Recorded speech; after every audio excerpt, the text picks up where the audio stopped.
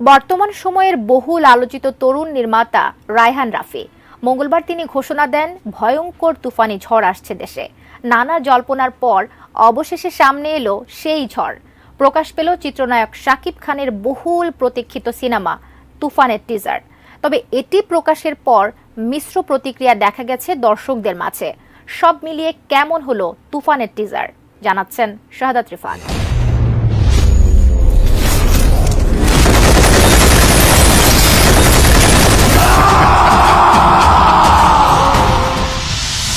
তুফান, খুব ভয় পাইছি রে। তুফান সিনেমার টিজারের এসব দৃশ্য দেখে প্রথমে যে কেউ চমকে যেতে পারেন, আবার কারো কারো চোখে ভেসে উঠতে পারে ভারতীয় কেজিএফ কিংবা এনিমেল সিনেমার দৃশ্য। তাহলে কি রায়হান রাফি ওই দুই ছবির সমন্বয়ে নতুন কিছু করলেন? মূলত বর্তমান সময়ের অন্যতম আলোচিত তরুণ নির্মাতা রায়হান রাফি। ইতিমধ্যে তিনি বেশ কয়েকটি চলচ্চিত্র দিয়ে দর্শকদের আস্থার প্রতীক হয়ে উঠেছেন। তাই সবার প্রশ্ন ছিল, ঢালিউড সুপারস্টার শাকিব খানকে নিয়ে কবে সিনেমা বানাচ্ছেন এই নির্মাতা।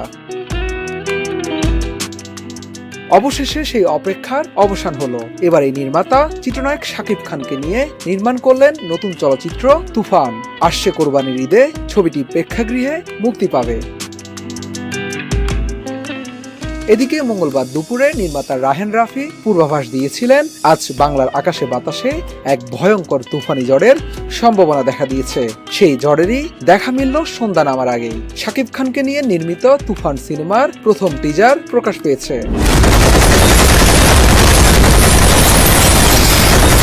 প্রকাশিত তুফান সিনেমার প্রথম টিজারটিতে রীতিমতো ঝড় তুলেছেন ঢালিউড সুপারস্টার শাকিব খান। মাত্র 81 সেকেন্ডের সেই ভিডিও সামাজিক যোগাযোগ মাধ্যমেও রীতিমতো আলোচনার কেন্দ্রবিন্দুতে। অনেকে বলছেন এ যেন বলিউড কিংবা দক্ষিণী সিনেমার টিজার তুফান। রায়হান রাফি ও শাকিব খান জুটি ঢালিউডকে নতুন কিছু উপহার দিতে চলছেন। আবার কেউ কেউ বলছেন বাংলার কেজিএফ কিংবা এনিমেল হতে যাচ্ছে তুফান।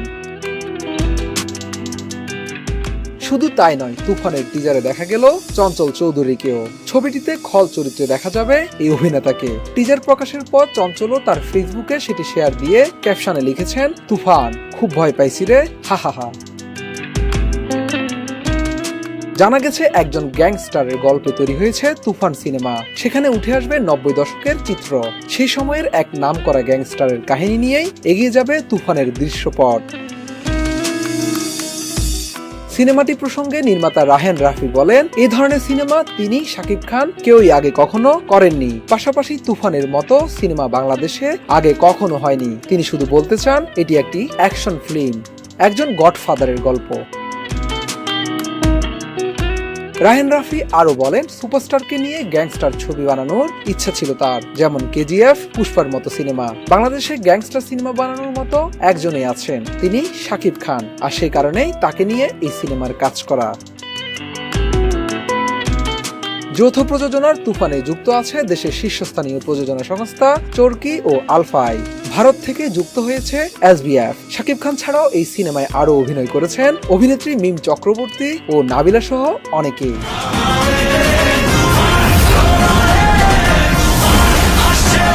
শাহাদাত রিফাত, এটিএন নিউজ, ঢাকা।